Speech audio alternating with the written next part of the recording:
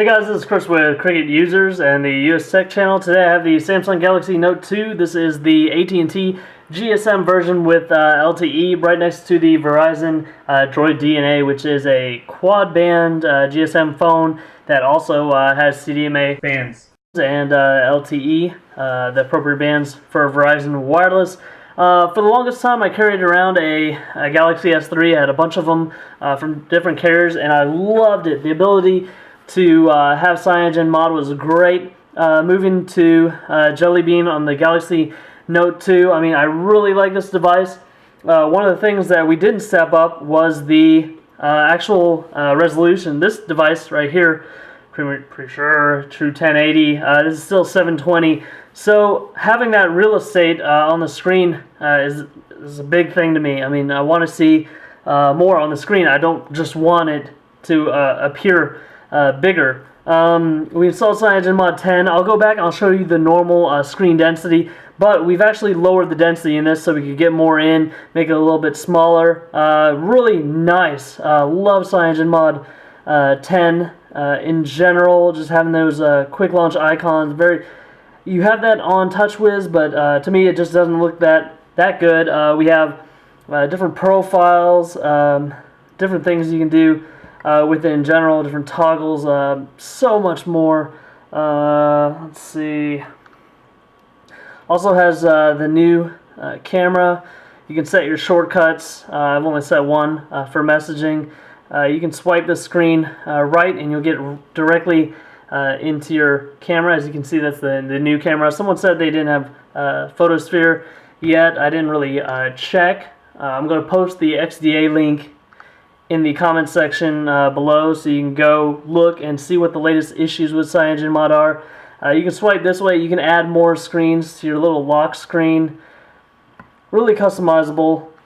Just love the functionality behind it. I will show you what I did to get the screen density like this. If you notice, I chopped off a little bit of the visible shield. This case, which I'm going to put in another video, kind of pushes the screen protector up.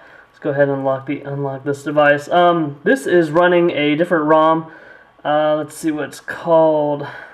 Go here. As you can see, the screen is really small. The text is really small, even though we have the fonts set up to large, just because of the density. This is running light battery plus ROM version 2.1 with 320 DPI. So you can see we've changed this a little bit so we could make it a little bit more like this, a little bit more real estate, wiggle room, more that we can play with and see on the screen by default. So if you can remember this, let's go ahead and show you how we did this. Go in, use something like Root Explorer or ES File Explorer. Go ahead, go in, go to System and then Build Prop. Let's just back out of this real quick, and you see in the system folder we've mounted it read write, so we can go into the build prop and we can actually change it up. You'll probably want to make a backup of the default one, always a good idea. Let's see, let's open this in the text editor and let's go down to density. Let's see, if we put this back to 320, we'll go ahead and reboot it and you'll be able to see what that's like. So we'll hit save and exit and we'll go ahead and reboot this, and then I'll boot up with the change resolution. HTC, the Sense 4.0 or 4.0 Plus or whatever we're running here, I don't like it because it doesn't have the toggles up top. You still get the Jelly Bean multi line preview screen. When you have something up there, you still get the picture previews and whatnot, and individual notification dismissal, but you don't get those quick toggles. You still have to go back and use something like a power control bar. I mean, the DNA is a good phone, but alright, so this is how it looks stock. So as you can see, everything's bigger. So I didn't get a bigger phone just so that my icons and everything could be bigger. I wanted it bigger so I could see more at the same time without moving around. So all you have to do is go back into your build prop, or go into your build prop for the first time and go ahead and change that. Of course, I had it at 280. You can go even higher if you want. This time, not default pro. Let's go to system. This time we'll actually change it to 270.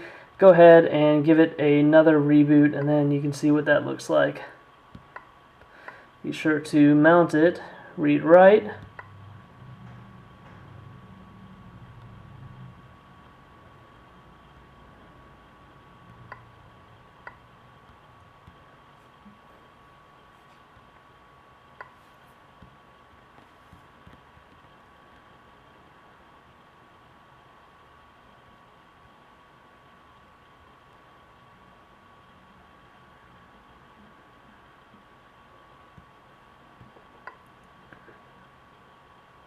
Okay, in another video, I'm probably going to show you how I got Google Wallet working as well. Let's go ahead and reboot this again. So Droid DNA, definitely not a bad phone. 5-inch display, but still leaves me wanting a lot more screen, despite the high resolution. Alright, so you can see everything's back to a little bit smaller. We can see more icons without scrolling around. So as you can see, the HTC DNA 1080, 1920 by 1080, 440 pixels per inch.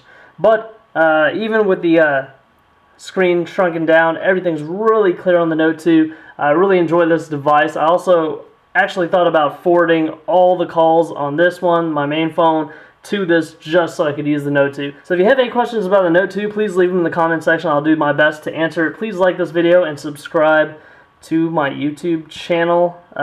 Just by going to that link in the descriptions, you can see how you can get this on your own Galaxy Note 2 GSM version with LTE.